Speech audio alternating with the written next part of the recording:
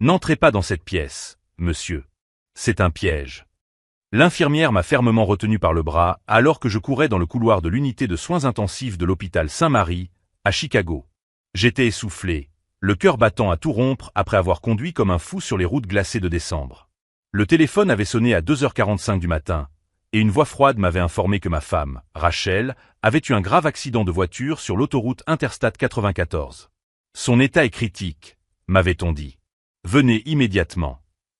Je m'appelle Kevin, j'ai 32 ans et je travaille comme ingénieur logiciel dans l'une des plus grandes entreprises technologiques de Chicago. Rachel et moi sommes mariés depuis 5 ans, et elle a toujours été la personne la plus prudente que je connaisse. Elle ne conduisait jamais quand elle était fatiguée, ne dépassait jamais la limite de vitesse. C'est pourquoi, quand j'ai reçu cet appel, quelque chose ne collait pas.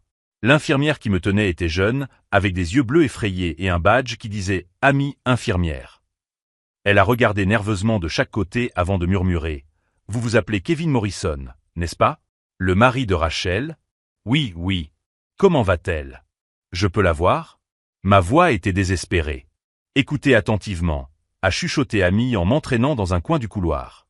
Je travaille dans cet hôpital depuis 3 ans. Je connais tous les protocoles d'urgence. Et ce qui se passe dans la chambre 17 n'est pas un protocole d'urgence. J'ai senti mon estomac se nouer. De quoi parlez-vous? Votre femme est arrivée ici à pied, Kevin. À pied. Pas en ambulance. Elle est entrée par la porte arrière avec le docteur Harrison, discutant normalement. J'ai tout vu. Le monde semblait s'être arrêté. Rachel marchait, elle discutait, mais l'appel téléphonique disait qu'elle était dans un état critique, intubée, luttant pour sa vie. Amy a continué. Depuis 2 heures, il prépare une mise en scène dans la chambre 17. De faux moniteurs, des appareils qui ne sont même pas correctement branchés. Et d'autres personnes sont impliquées. D'autres personnes. Ton frère, Kevin. Thomas était ici tout à l'heure. Il a apporté une mallette remplie de documents et a discuté à voix basse avec le docteur Harrison pendant près d'1 heure. Thomas, mon frère aîné, qui a toujours été jaloux de ma réussite professionnelle. Qui a toujours insinué que Rachel était trop bien pour moi. Qui connaissait tous les détails de notre vie financière parce qu'il travaillait comme mon comptable. Soudain, les pièces du puzzle ont commencé à s'assembler. La nouvelle police d'assurance vie que Rachel avait insisté pour que je signe le mois dernier. C'est juste par précaution, chérie. Avec ton travail stressant, on ne sait jamais. Le montant était de 2 millions de dollars. Les discussions étranges que j'avais entendues entre elle et Thomas quand je rentrais tôt du travail. Des conversations qui s'arrêtaient brusquement quand j'entrais dans la pièce. Le changement subtil dans le comportement de Rachel ces dernières semaines. Plus affectueuse, plus attentionnée. Comme si elle faisait ses adieux. Ami, murmurai-je, qu'as-tu vu exactement? J'ai vu ta femme répéter comment faire semblant d'être inconsciente. J'ai vu le docteur Harrison lui expliquer comment faire semblant d'avoir une respiration irrégulière. Et j'ai vu Thomas donner de l'argent au médecin. Mon esprit s'est emballé. Si Amy avait raison, si tout cela était une mise en scène, alors quel était le but? Pourquoi Rachel ferait-elle semblant d'avoir un accident? La réponse m'a frappé comme un coup de poing dans l'estomac. Il ne voulait pas seulement l'argent de l'assurance. Il voulait que je meure en pensant que je perdais la femme de ma vie. Il voulait que je souffre avant de me tuer. Kevin, Amy m'a pris la main. Je ne connais pas tous les détails, mais j'ai entendu le docteur Harrison parler des « administrer le médicament quand il sera le plus vulnérable émotionnellement ». Ils attendent que tu sois désespéré pour faire quelque chose à ton sujet. J'ai regardé la porte de la chambre 17. Ma femme était à l'intérieur, faisant semblant d'être mourante, tout en planifiant ma mort réelle.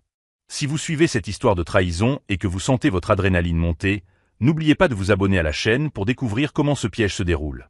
Car ce que Rachel et Thomas ne savaient pas, c'est qu'au cours des 6 derniers mois, j'avais développé une paranoïa croissante concernant la sécurité numérique de l'entreprise où je travaille.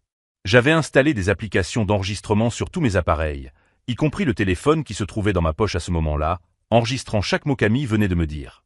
Et alors qu'il pensait contrôler la situation, je venais d'obtenir la seule chose qui me manquait pour renverser la situation. La vérité.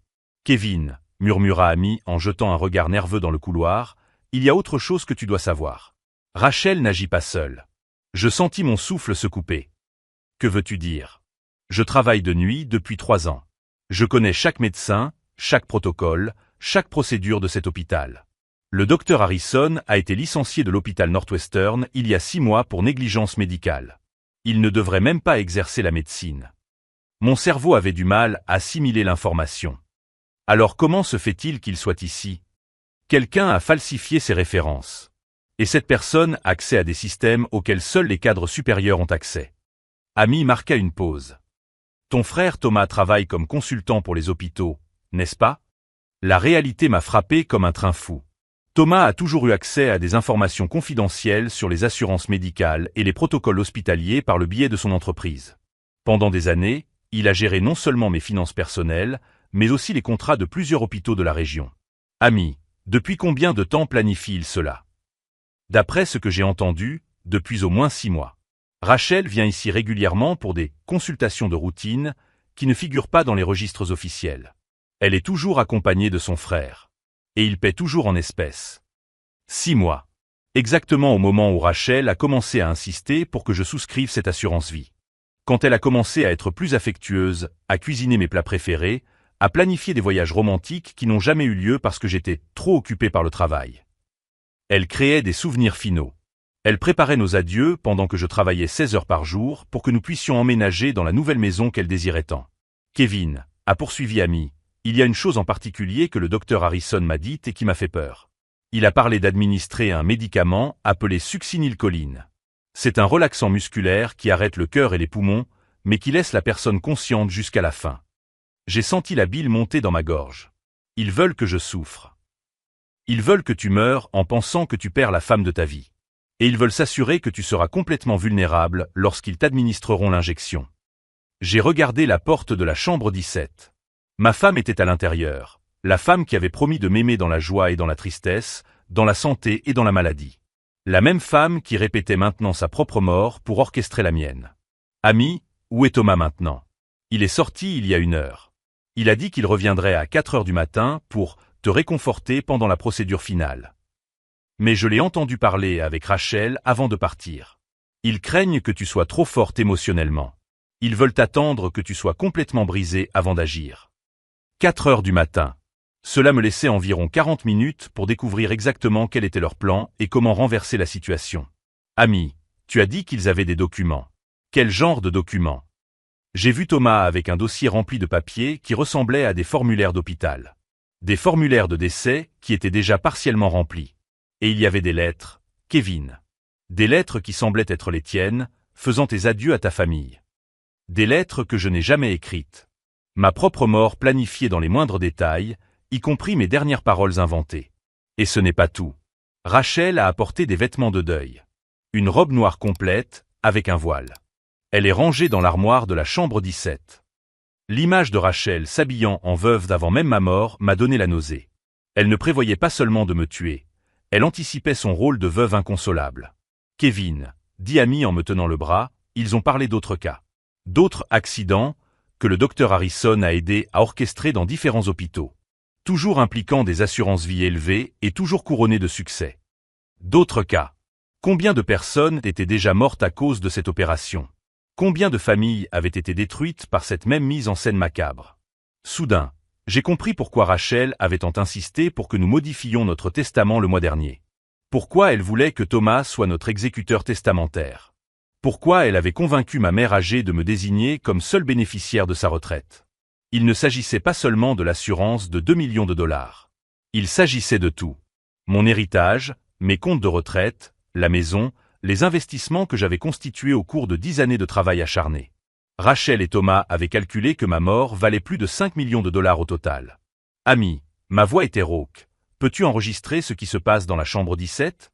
Les chambres de l'unité de soins intensifs sont équipées de caméras de surveillance, mais nous ne conservons les enregistrements que pendant 24 heures avant qu'ils ne soient écrasés. Et si quelqu'un voulait conserver les enregistrements plus longtemps? Amy réfléchit un instant. Il faudrait avoir un accès administratif au système. Ou connaître quelqu'un de la sécurité prêt à faire une copie non officielle. Je souris pour la première fois depuis que j'avais reçu l'appel. Amy, tu me fais confiance? Kevin, tu es la victime ici. Bien sûr que je te fais confiance. Alors j'ai besoin que tu fasses exactement ce que je vais te demander. Et j'ai besoin que tu me fasses confiance. J'ai un plan. J'ai sorti mon téléphone de ma poche. L'application d'enregistrement fonctionnait déjà depuis 20 minutes, capturant chaque mot de notre conversation. Mais j'avais d'autres outils à ma disposition. Au cours de mes années passées à développer des logiciels de sécurité pour l'entreprise, j'avais créé des portes dérobées dans plusieurs systèmes hospitaliers que nous avions testés. Des portes dérobées qui me donneraient un accès à distance aux caméras, aux dossiers médicaux et même aux systèmes de communication interne. Ami, dans 15 minutes, je veux que tu entres dans la chambre 17. Dis à Rachel que le médecin de garde veut me parler des options de traitement expérimental. Dis-lui que c'est urgent et que je dois signer des autorisations. Cela va paniquer Rachel. Ils ne sont pas préparés à des changements de scénario. Exactement. Je veux qu'ils paniquent. Les gens paniqués commettent des erreurs. Et quand ils commettent ces erreurs, je fis une pause, sentant un calme glacial envahir ma poitrine. Je vais enregistrer chaque mot, chaque mouvement, chaque aveu qu'ils feront. Ce que Rachel et Thomas ignoraient, c'est que l'homme silencieux et dévoué qu'ils pensaient pouvoir manipuler avait passé les 5 dernières années à créer des systèmes numériques capables de pénétrer n'importe quel réseau de sécurité hospitalier à Chicago. Et maintenant, pour la première fois de ma vie, j'allais utiliser ces compétences non pas pour protéger des données d'entreprise, mais pour sauver ma propre vie. Ami, avant de faire quoi que ce soit, j'ai besoin de savoir exactement combien de personnes sont impliquées dans cette affaire. Elle jeta un regard nerveux dans le couloir avant de répondre. Outre Rachel, Thomas et le docteur Harrison, il y a au moins 2 autres personnes. L'une d'elles est Jennifer, du service financier de l'hôpital. C'est elle qui a traité les paiements en espèces des consultations de Rachel. Et il y a un type que je n'ai pas reconnu, mais j'ai entendu Thomas l'appeler Bobby. Bobby. Mon estomac s'est noué. Bobby Castellano était le détective privé que Thomas avait engagé 6 mois auparavant, soi-disant pour enquêter sur des fraudes dans son cabinet comptable. Je comprenais maintenant la véritable raison. Bobby enquêtait sur ma vie, mes habitudes, mes vulnérabilités. Ami, ce Bobby, c'est un détective privé. Il sait probablement tout de ma routine, de mes horaires, et même de mes antécédents médicaux. Cela expliquerait pourquoi il savait exactement que tu viendrais ici en courant dès que tu recevrais l'appel, murmura Ami. Kevin, il y a autre chose. Jennifer a mentionné quelque chose à propos des « effacer les traces numériques » une fois que tout serait terminé. Ils ne veulent pas laisser de traces. Effacer les traces numériques. C'est exactement ce que je ferais si j'orchestrais un crime parfait. Supprimer les journaux d'accès, effacer les enregistrements des caméras, supprimer toute preuve que Rachel était à l'hôpital ce soir. Ami, combien de temps avant que Thomas revienne? 20 minutes, peut-être moins. J'ai sorti mon téléphone et ouvert une application que j'avais développée pour les tests de pénétration dans mon entreprise. Il s'agissait d'un outil qui me donnait un accès à distance au système réseau de l'hôpital, dissimulé sous la forme d'une simple application de calculatrice. « Qu'est-ce que tu fais ?» m'a demandé Ami en regardant mon téléphone. « Je pirate le système de sécurité de cet hôpital. » Mes doigts volaient sur l'écran, saisissant des codes que j'avais mémorisés des années auparavant. Je dois accéder aux enregistrements des caméras avant qu'ils ne les effacent. L'application s'est rapidement connectée. En quelques secondes, j'avais un accès complet au système de surveillance de l'hôpital Saint-Marie. Je parcourus les enregistrements de la nuit et trouvai exactement ce dont j'avais besoin. Rachel arrivant à l'hôpital à 23h45, marchant normalement dans le parking, portant un grand sac. Il n'y avait pas d'ambulance. Pas d'ambulancier. Seulement ma femme, marchant calmement vers l'entrée arrière où Thomas l'attendait. J'ai réussi. Ai-je chuchoté à Ami. J'ai la preuve que Rachel n'a pas eu d'accident. Mais lorsque j'ai essayé d'enregistrer le fichier, un message est apparu à l'écran. Accès refusé. Fichier en cours de suppression. Ils étaient en train d'effacer les preuves à ce moment même. J'ai rapidement changé de stratégie. Si je ne pouvais pas enregistrer les enregistrements originaux, je pouvais au moins enregistrer l'écran de mon téléphone pendant que je regardais les images. J'ai activé la fonction d'enregistrement d'écran et j'ai commencé à documenter tout ce que je voyais. Rachel entrant à l'hôpital. Thomas remettant un dossier au docteur Harrison. Jennifer traitant des documents sur l'ordinateur de l'administration. Et, plus dévastateur encore, Bobby Castellano installant du matériel d'enregistrement à des endroits stratégiques de la chambre 17. Kevin, murmura Ami d'un ton pressant, quelqu'un arrive. Je levai les yeux et vis Bobby Castellano marcher dans le couloir dans notre direction. C'était un homme corpulent, d'une 50aine d'années, avec le regard calculateur de quelqu'un habitué à observer les gens sans se faire remarquer. Ami, y a-t-il un endroit où nous pouvons nous cacher? La salle des fournitures, au bout du couloir. Nous nous sommes déplacés rapidement, mais pas avant que je remarque Bobby parlant au téléphone. Oui, Thomas. Il est arrivé il y a 20 minutes et a disparu. L'infirmière Ami n'est pas non plus à son poste. Il savait que j'enquêtais. Dans la salle des fournitures, entourée de piles de matériel hospitalier, Amy m'a raconté le reste de ce qu'elle avait découvert. Kevin, Jennifer a laissé échapper quelque chose au sujet d'autres cas. Ce n'est pas le premier meurtre qu'ils ont orchestré. Au cours des 2 dernières années, il y a eu au moins 3 accidents, impliquant des conjoints de personnes riches qui sont morts dans des circonstances avantageuses pour les bénéficiaires. D'autres cas. Combien de personnes avaient déjà été assassinées par cette organisation? Combien de familles détruites pour nourrir la cupidité de Thomas, Rachel et leurs complices? Amy, je dois passer quelques coups de fil. Tu peux monter la garde? J'ai appelé Mark Stevens, mon meilleur ami depuis l'université et actuel agent spécial du FBI à Chicago. Il était 3 heures du matin, mais Mark répondait toujours à mes appels. Kevin, mec, quelle heure est-il?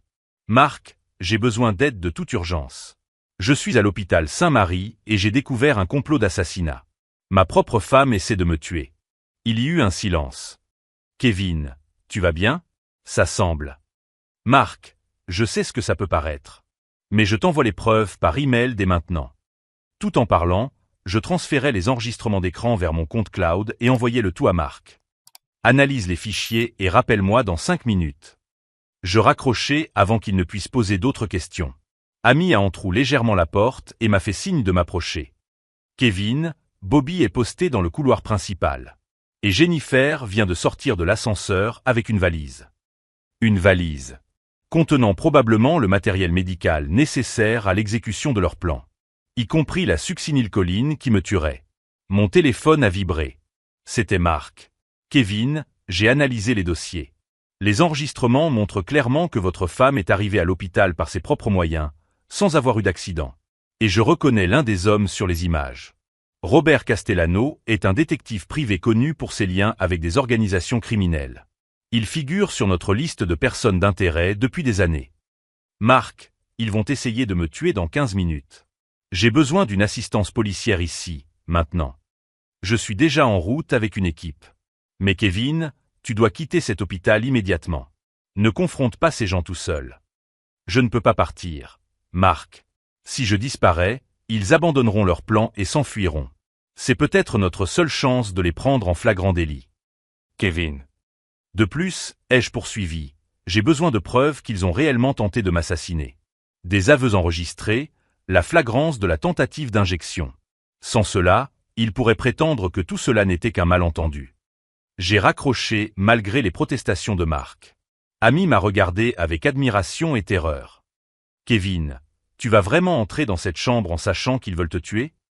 Amy, tu as dit que tu travailles ici depuis 3 ans. Tu connais les protocoles d'urgence médicale, n'est-ce pas? Oui, bien sûr. Alors tu sais qu'il y a une différence entre la succinylcholine pure et la succinylcholine mélangée à de l'atropine, n'est-ce pas? Les yeux d'Amy s'illuminèrent.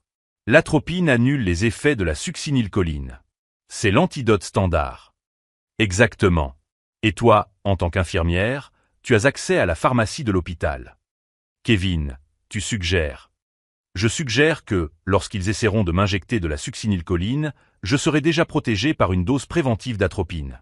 Ils penseront m'avoir tué, mais je serai conscient et j'enregistrerai chaque mot de la confession qu'ils feront quand ils me croiront mort. Amy resta silencieuse un instant, réfléchissant au plan. C'est risqué, Kevin. Très risqué. Si je me trompe dans le dosage de l'atropine. Amy, tu es la seule personne dans cet hôpital en qui je peux avoir confiance pour le moment. Et sans preuve concrète de la tentative de meurtre, ils peuvent simplement tout nier et réessayer ailleurs. Elle prit une profonde inspiration. D'accord. Je vais chercher l'atropine. Mais Kevin, es-tu absolument certain de vouloir faire ça? Je regardais cette jeune infirmière qui avait risqué sa carrière pour me sauver, et je sentis une froide détermination envahir ma poitrine.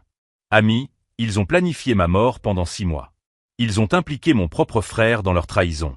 Ils ont tué d'autres innocents. Et ils pensaient que je ne serais qu'une victime passive de plus.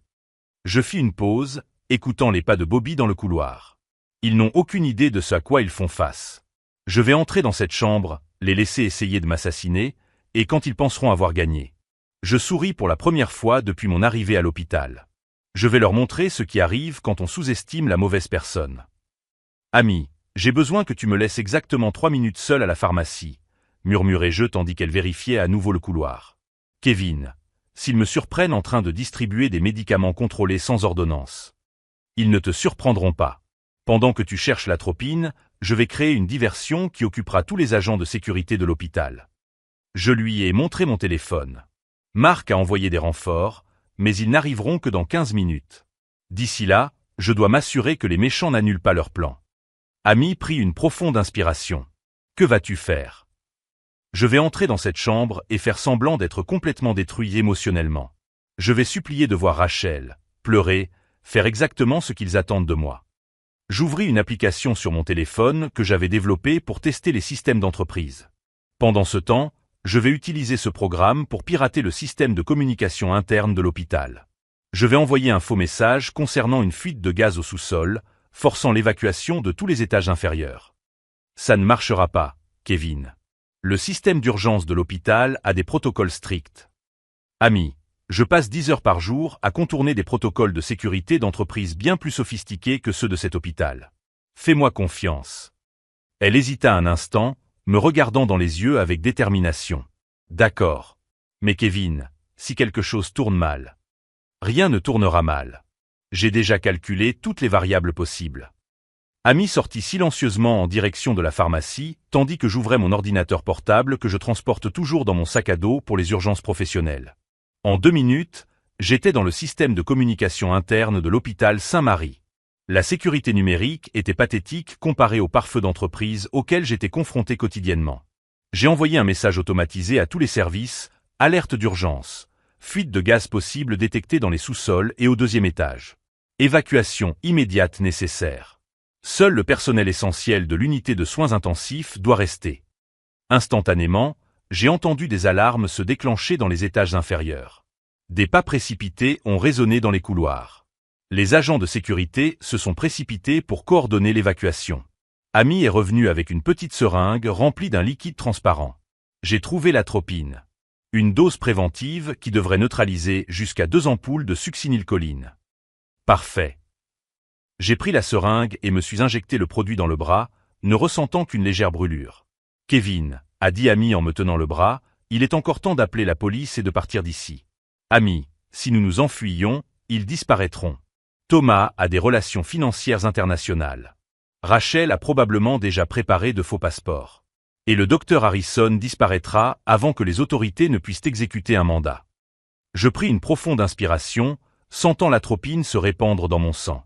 De plus, tu as dit qu'ils avaient déjà fait ça auparavant. 3 autres cas au cours des 2 dernières années. Combien de familles ont été détruites? Combien de personnes sont mortes pendant que ces monstres s'enrichissaient? Tu as raison, acquiesça Amy. Mais comment expliqueras-tu que tu enregistrais s'ils le découvrent? Je sortis un petit appareil de ma poche. C'est un transmetteur audio que j'ai développé pour les réunions d'entreprises confidentielles. Il ressemble à un pacemaker médical ordinaire.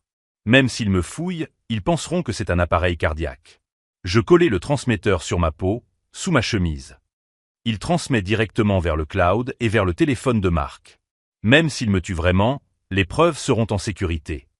Amy m'a regardé avec un mélange d'admiration et de terreur. Kevin, tu en es absolument certain? Amy, il y a 6 mois, Rachel a commencé à me convaincre de changer toute ma vie. Changer d'emploi pour un poste moins stressant, déménager dans une ville plus petite, fonder une famille. Tout cela pour me rendre plus vulnérable et dépendant. Ma voix s'est durcie. Elle a étudié ma personnalité, mes peurs, mes faiblesses. Elle a planifié chaque aspect de ma mort avec la précision d'un projet d'ingénierie. Et elle pensait que je serais trop passif pour réagir.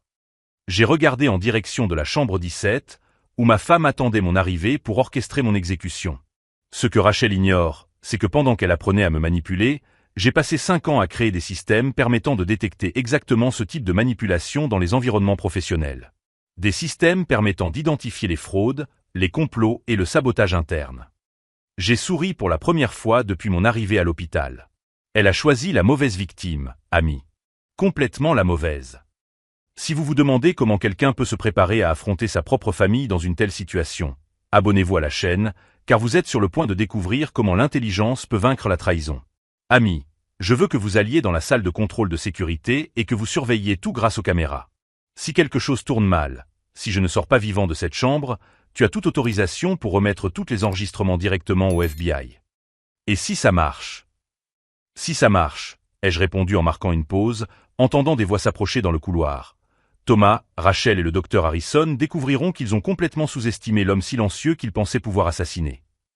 Je me suis redressé, j'ai ébouriffé mes cheveux pour paraître plus désespéré et j'ai commencé à marcher vers la chambre 17. Kevin, m'a appelé Amy une dernière fois, pourquoi fais-tu cela? Cela vaut-il vraiment la peine de prendre ce risque? Je me suis tourné vers elle, sentant une froideur calculée envahir ma poitrine. Amy, cela fait 15 ans que je travaille à résoudre des problèmes complexes liés au système. J'ai toujours pensé que mon plus grand défi serait de déboguer du code d'entreprise ou de défendre des réseaux contre des pirates malveillants. J'ai souri, mais ce n'était pas un sourire chaleureux. Découvrir que le plus grand système corrompu auquel je serais confronté serait mon propre mariage, orchestré par la personne qui m'avait promis de m'aimer jusqu'à ce que la mort nous sépare. Eh bien, cela change tout. J'ai commencé à marcher dans le couloir, chaque pas calculé pour paraître hésitant et émotionnel. Ils veulent un spectacle, Amy. Ils veulent voir le mari dévoué et naïf supplier pour la vie de sa femme mourante. Je me suis arrêté devant la porte de la chambre 17, écoutant les voix étouffées de l'autre côté. Ils auront le meilleur spectacle de leur vie. Et quand ils penseront avoir enfin gagné, quand ils célébreront ma mort. J'ai posé ma main sur la poignée de la porte. Je vais leur montrer ce qui arrive quand des ingénieurs en informatique décident d'utiliser leurs compétences pour se venger personnellement. J'ai poussé la porte de la chambre 17 avec des mains tremblantes, jouant le rôle du mari désespéré que Rachel s'attendait à voir. Rachel. Mon amour. Ma voix était brisée, chargée d'une angoisse qui n'était pas complètement feinte. Voir ma femme allongée dans ce lit d'hôpital, feignant d'être à l'article de la mort pour orchestrer mon exécution, a réveillé en moi une colère dont je ne soupçonnais pas l'existence. Rachel était reliée à des moniteurs qui émettaient des bips constants. Sa peau était artificiellement pâle, probablement à cause du maquillage, et sa respiration était irrégulière de manière convaincante. Le docteur Harrison se tenait à côté du lit, avec une expression grave qui aurait convaincu n'importe quel mari sincèrement inquiet. « Kevin, » dit le docteur Harrison en posant sa main sur mon épaule, « je suis désolé que vous ayez mis autant de temps à arriver. » Son état s'est rapidement détérioré après la première opération. « Comment va-t-elle » demandai-je en m'approchant du lit. Rachel a ouvert les yeux lentement, comme si cela lui demandait un effort immense. « Kevin » a-t-elle murmuré d'une voix faible. « Tu es venu. » Son jeu était parfait. Pendant un instant, j'ai presque cru qu'elle était vraiment en train de mourir. Si Amy ne m'avait pas prévenu, j'aurais été complètement dévasté à ce moment-là. « Docteur, s'il vous plaît, dites-moi qu'il y a quelque chose que nous pouvons faire. » ai-je supplié, jouant mon rôle à la perfection. Le docteur Harrison a poussé un profond soupir. « Kevin, je dois être honnête avec vous. Rachel a subi un traumatisme interne beaucoup plus grave que nous ne l'avions initialement imaginé. Nous faisons tout notre possible, mais... Mais quoi? Ma voix monta d'un octave, exactement comme réagirait un mari désespéré. Nous devons essayer une procédure expérimentale. C'est risqué, très risqué, mais c'est peut-être sa seule chance. Thomas choisit ce moment pour entrer dans la chambre. Son expression était celle d'un frère inquiet, mais je pouvais voir l'anxiété dans ses yeux. Il était nerveux à propos de quelque chose. « Kevin, mon frère, je suis venu dès que j'ai su, » dit Thomas en s'approchant et en me serrant dans ses bras. « Comment tu tiens le coup? » « Je ne sais pas, Thomas. Je ne sais pas ce que je ferai si je la perds. »« Tu ne la perdras pas, » dit Thomas, mais ses yeux croisèrent ceux du docteur Harrison pendant une fraction de seconde. Le docteur Harrison est le meilleur. Si quelqu'un peut la sauver, c'est lui. Le docteur Harrison ouvrit un dossier et en sortit quelques documents. « Kevin, la procédure expérimentale nécessite votre autorisation. Il s'agit d'un consentement spécial pour l'utilisation de médicaments non conventionnels. » Il me tendit un papier. C'était un formulaire de consentement, mais en le lisant, je me rendis compte qu'il était rédigé de manière délibérément confuse. Les mots « médicament expérimental » et « risque d'effets indésirables graves » étaient noyés au milieu du jargon médical. « Docteur, est-ce sans danger ?» demandai-je d'une voix hésitante. Comme je vous l'ai dit, il y a des risques. Mais sans traitement, Rachel n'a plus que quelques heures à vivre. Rachel gémit faiblement depuis son lit. « Kevin, fais ce que dit le docteur. Je lui fais confiance. » Thomas s'est approché. « Kevin, je sais que c'est difficile, mais vous devez prendre une décision rapidement. » C'était le moment. Le moment qu'ils attendaient. Le moment où je signerais mon propre arrêt de mort, croyant sauver ma femme. « D'accord, » ai-je dit en prenant le stylo d'une main tremblante. « Si c'est sa seule chance. » Je signai le document rapidement, comme l'aurait fait un homme désespéré. Le docteur Harrison sourit légèrement. « Excellente décision. Je vais préparer le médicament immédiatement. Il quitta la pièce, me laissant seul avec Thomas et Rachel inconsciente. C'est alors que tout changea. Thomas s'est approché de la fenêtre et a fermé les volets. « Bobby, tout est prêt », a-t-il murmuré dans un appareil de communication que je n'avais pas remarqué auparavant. Rachel a ouvert complètement les yeux et s'est assise sur le lit, sa faiblesse s'évaporant instantanément. Enfin, a-t-elle soupiré en étirant ses bras. Garder cette respiration irrégulière me donnait des crampes. Mon estomac se contracta violemment, même si je savais que c'était une mise en scène. Voir sa transformation soudaine de femme mourante en conspiratrice calculatrice était encore plus choquant que ce qu'Amy avait décrit. « Combien de temps avant que Harrison revienne avec la succinylcholine » demanda Thomas. « 5 minutes, répondit Rachel en regardant sa montre. Bobby a confirmé que les gardes sont occupés par la fausse évacuation du sous-sol. Le couloir est libre. Thomas rit doucement. Kevin a toujours été trop naïf. Tu te souviens quand nous étions enfants et que je parvenais à le convaincre que j'avais vendu tous ses jouets?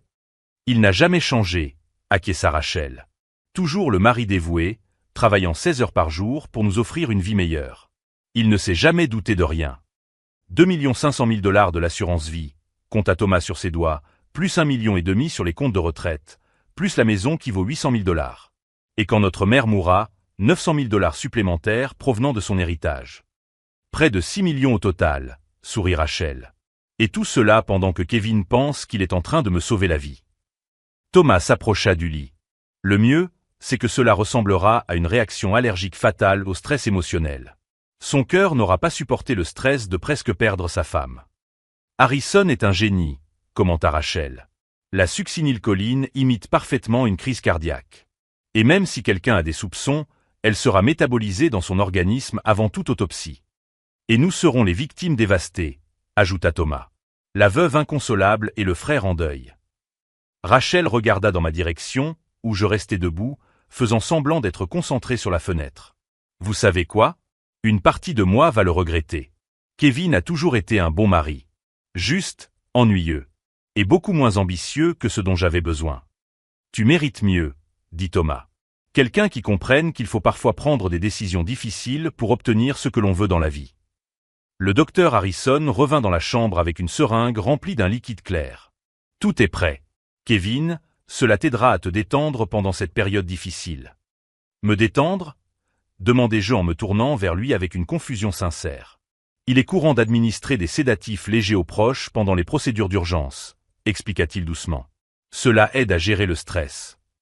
Rachel revint rapidement à sa position sur le lit, fermant les yeux et reprenant sa respiration irrégulière. Docteur, je ne pense pas avoir besoin de sédatifs, protestai-je faiblement. Kevin, dit Thomas en posant sa main sur mon épaule, fais-moi confiance. Ça va t'aider. Le docteur Harrison s'approcha avec la seringue. Ce ne sera qu'une petite piqûre. Tu te sentiras beaucoup mieux. Le moment était venu. Le moment où ils pensaient avoir gagné. Le moment où la succinylcholine me tuerait sous leurs yeux, satisfait de leurs 2 500 000 $. Le docteur Harrison m'a tenu le bras et a inséré l'aiguille. J'ai senti le liquide froid entrer dans mon sang. Voilà, a-t-il souri. Maintenant, il ne reste plus qu'à attendre. Il s'attendait à ce que je m'effondre en quelques secondes. Il s'attendait à voir mon visage bleuir tandis que mes poumons se paralysaient. Il s'attendait à ce que mon cœur s'arrête tandis que je restais conscient, terrifié, jusqu'à mon dernier souffle. Au lieu de cela, je suis resté debout, les regardant calmement tous les trois. Thomas fronça les sourcils. Docteur, combien de temps cela prend-il généralement? Cela devrait être immédiat, murmura le docteur Harrison, perplexe. Le dosage était correct. C'est alors que j'ai décidé d'arrêter de faire semblant. Le dosage de succinylcholine était parfait, ai-je dit calmement, ma voix ne trahissant plus aucune trace d'angoisse. Malheureusement pour vous, j'ai pris de l'atropine il y a 30 minutes. Le silence qui a suivi était absolu. Rachel a ouvert les yeux et s'est assise rapidement. Thomas recula d'un pas. Le docteur Harrison regarda la seringue vide dans sa main, comme si elle s'était transformée en serpent. Amy m'a tout raconté, continuai-je en sortant le transmetteur audio de sous ma chemise. Chaque détail de votre plan. Et au cours des 2 dernières heures, j'ai enregistré chaque mot de la confession que vous venez de faire. Rachel a essayé de parler, mais j'ai levé la main. Je n'ai pas encore fini. Vous pensiez que l'alarme d'évacuation de gaz était une coïncidence? J'ai piraté le système de communication de l'hôpital. Vous pensiez être seul ici? Mon ami Mark, du FBI, monte les escaliers en ce moment même avec une équipe d'agents. Thomas était blanc comme un linge. Kevin, vous ne comprenez pas, nous pouvons vous expliquer. Expliquez comment vous avez planifié mon assassinat pendant 6 mois? Expliquez comment vous avez falsifié des dossiers médicaux? Expliquez comment Rachel a mis en scène sa propre mort pour me piéger? Le docteur Harrison se précipita vers la porte, mais elle s'ouvrit avant qu'il ne l'atteigne. Mark Stevens entra avec 3 agents du FBI, leurs armes dégainées. « Kevin Morrison ?» demanda Mark, bien qu'il connaisse déjà la réponse. « Mark, voici le docteur Harrison, » dis-je calmement. « Il vient d'essayer de m'assassiner avec de la succinylcholine. Voici ma femme Rachel, qui a simulé un accident de voiture. Et voici mon frère Thomas, qui a organisé tout le complot. » Rachel Morrison, Thomas Morrison, Richard Harrison, annonça officiellement Mark, vous êtes arrêtés pour complot en vue de commettre un meurtre, fraude à l'assurance et tentative d'homicide.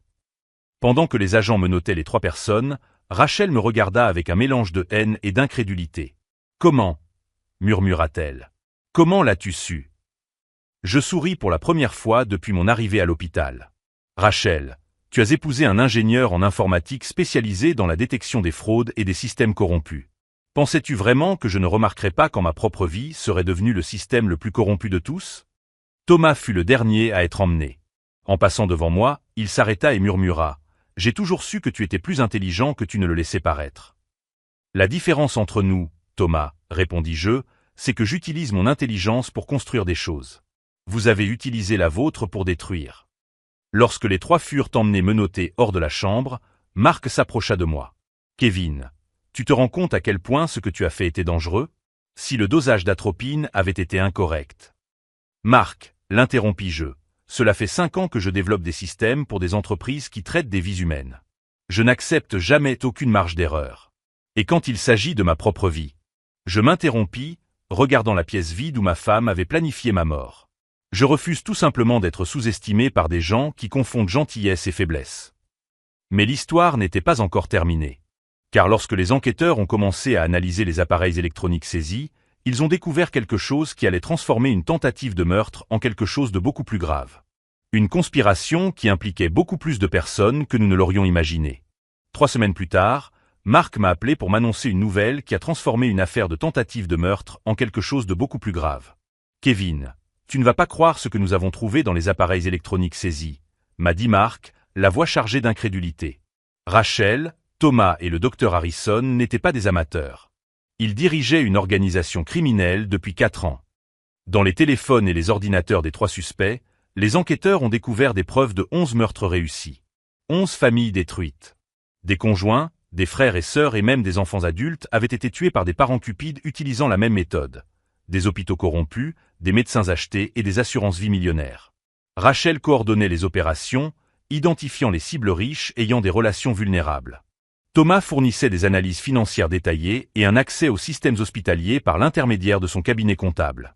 Le docteur Harrison exécutait les meurtres, les faisant toujours passer pour des morts naturelles ou des accidents médicaux. Le FBI a découvert plus de 15 millions de dollars répartis sur des comptes offshore. De l'argent taché du sang d'innocents qui avaient fait confiance aux mauvaises personnes.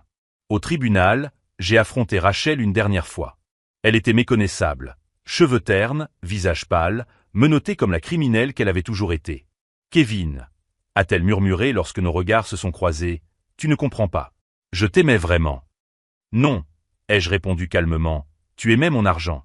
La différence, c'est que les gens qui aiment vraiment ne planifient pas des meurtres pendant 6 mois. » Rachel a été condamnée à la prison à vie sans possibilité de libération conditionnelle.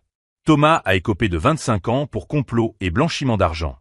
Le docteur Harrison est mort en prison 3 mois plus tard. Apparemment, les médecins qui tuent leurs patients ne sont pas très populaires auprès des autres détenus. Amy est devenue une héroïne nationale. Son courage à dénoncer le complot a non seulement sauvé ma vie, mais a également empêché d'autres décès. L'hôpital l'a promue au poste de superviseur de l'éthique médicale, créant de nouveaux protocoles pour prévenir la corruption interne. Amy, lui ai-je dit le jour du verdict, tu as risqué toute ta carrière pour sauver un inconnu.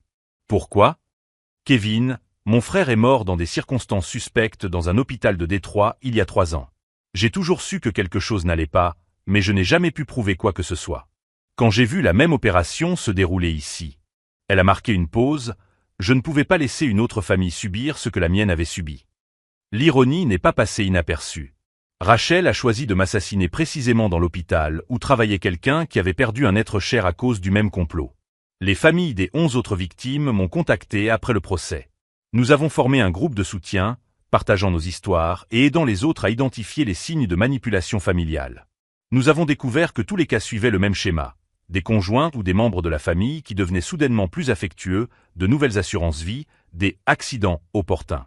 6 mois après le procès, j'ai utilisé l'argent récupéré sur les comptes offshore des criminels pour créer la Fondation Morrison pour la prévention de la violence financière domestique.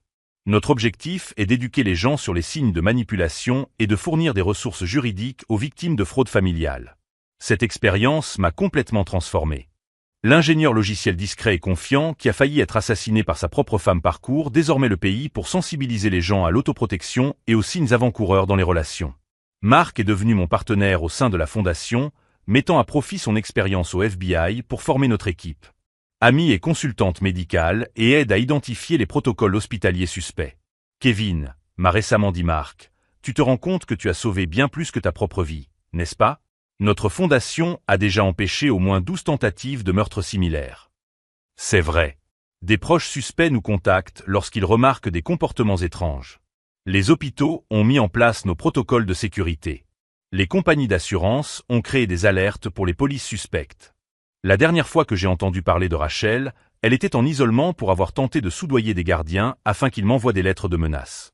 Apparemment, elle croit toujours pouvoir me manipuler d'une manière ou d'une autre. Thomas a tout perdu. Son cabinet comptable a fait faillite lorsque ses clients ont découvert ses activités criminelles. Son ex-femme a divorcé et changé le nom de famille de leurs enfants. Il purge sa peine en faisant la vaisselle dans la cuisine de la prison. Et moi?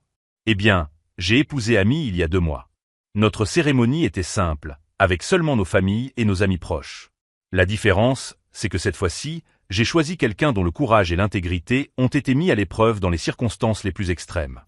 Si cette histoire de trahison, de courage et de justice vous a touché, abonnez-vous à la chaîne pour découvrir d'autres histoires vraies de personnes qui ont refusé d'être des victimes. Car parfois, la différence entre être détruit ou transformé réside dans le fait de reconnaître que vous avez toujours été plus fort que vos ennemis ne l'auraient imaginé.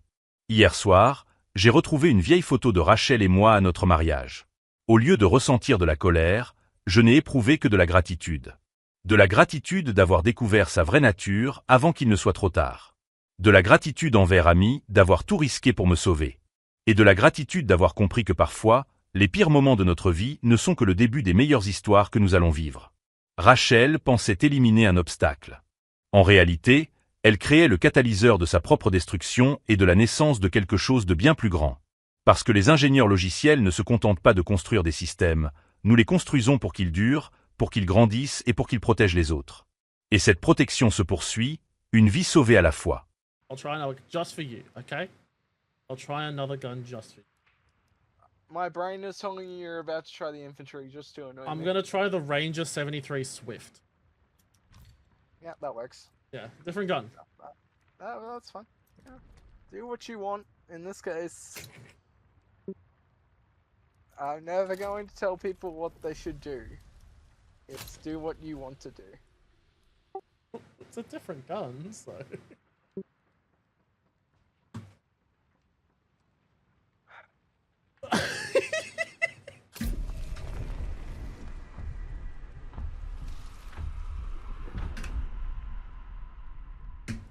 No, you got 111 katana kills.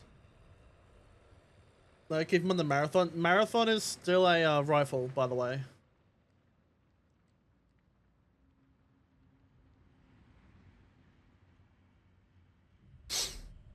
And my kills are rifle kills, not ranger kills. So...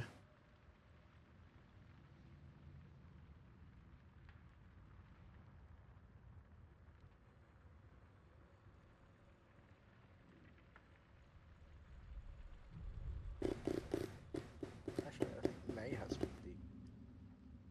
Sorry, what? Total kills. I think you had me beat. Total kills for what? we have a lot of characters or responses to come weapons or visit. Can I interest certain anyone in a drop weapons bear? that you Oh, like. yeah, lots of reasons. Yeah, drop bears. Gotta love those drop bears. I don't know. Oh, look, Maybe? 100. I don't know.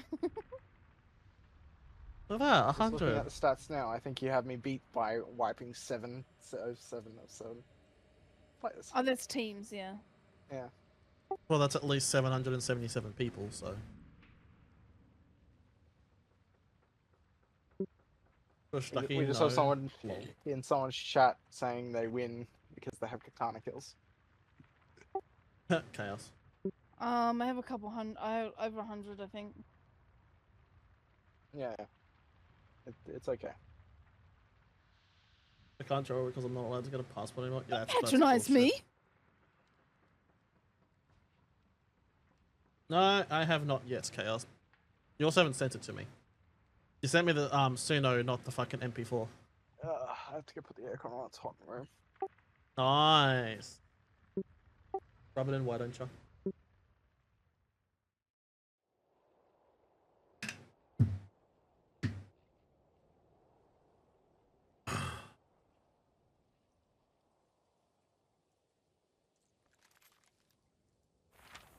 Oh yeah, we got a fire map. I sang the fire song and it happened. Oh yay.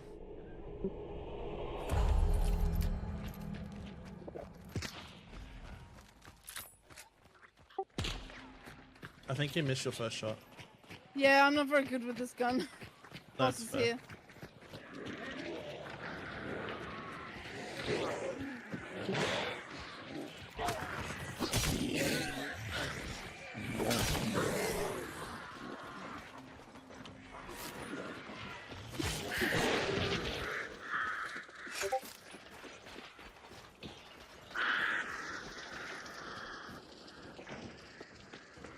Fire song, I still want that. Well, Hunt, have you shown me your song? Save as movies to put it in the move. Save at the moment, not sure how save photos of the beast. Honestly, Onyx, it's not safe anywhere. It's probably all gonna fucking end the same. Ow.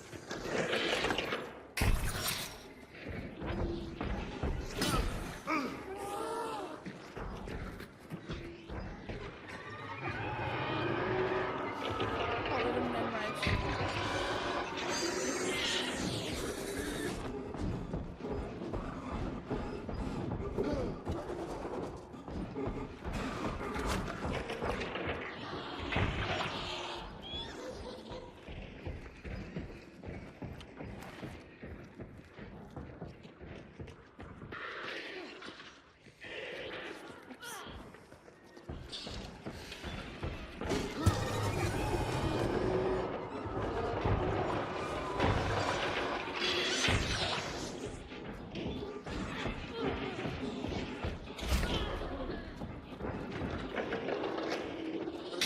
Gang bang into a corner.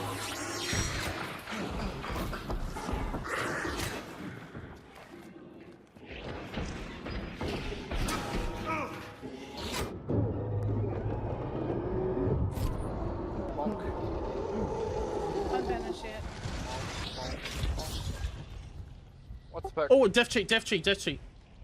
Oh, thank God. I'll take Emma that. have black. I got a bit excited over death cheat. Just a little. Just a That's little. Oh, I like death cheat, okay?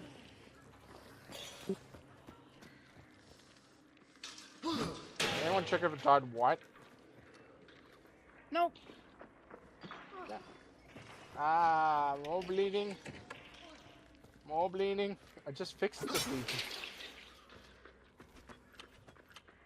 bleeding. Chaos is like death cheat, damn. Yeah, chaos would be.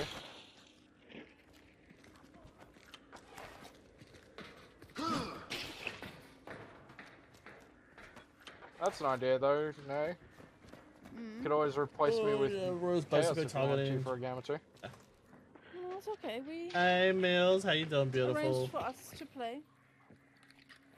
And here I was trying to get away from being stabbed with a katana, I don't have the katana. bomb lance, a general knife.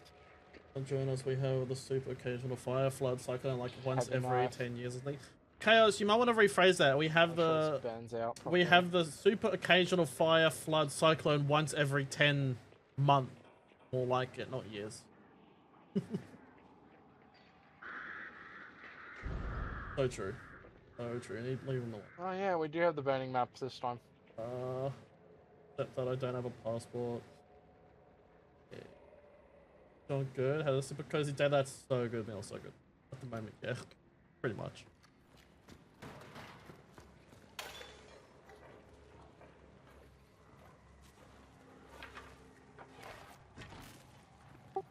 Here you go. This is Throw for it at me. this is for you, so you can go tell someone you want to give them a Next question. Or is it? Go tell someone you want to give them a. I'm not saying anymore. Oh, it did go a while I've back. been It told just to give yeah. you a fork. A Is that fork? true, is it? Yeah.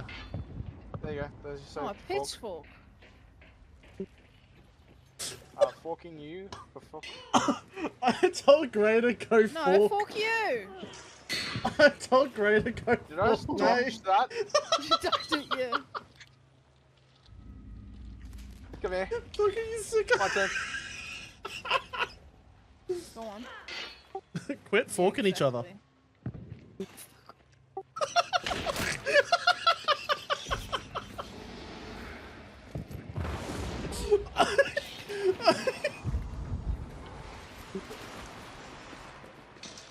For fucking sake. A nipple picked up the bounty! That's Well, they're about to see your names pick up the bounty. Oh, it's next to an exit too. Closed exit. Oh god. Well, we could I run mean, down the yeah, we hallway, might or as could well, push yeah, should we go and do Ugh. something? I don't know. They just changed the Oh, Oh, well, there we go. Let's beat them there. We're never gonna beat them there. I'm dying of fucking laughter. I always come first. Wouldn't surprise me if you come first.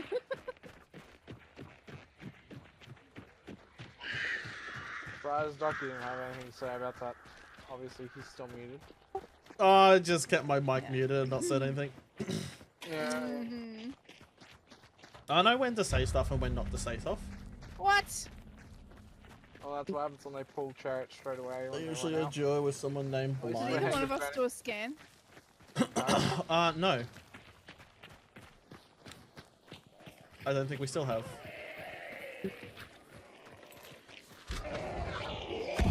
You suck. That's another team, by the way.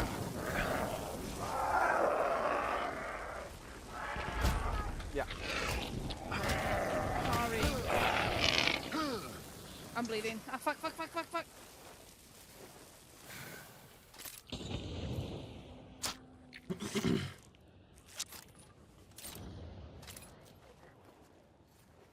Usually, Get in there. Oh, I think she's a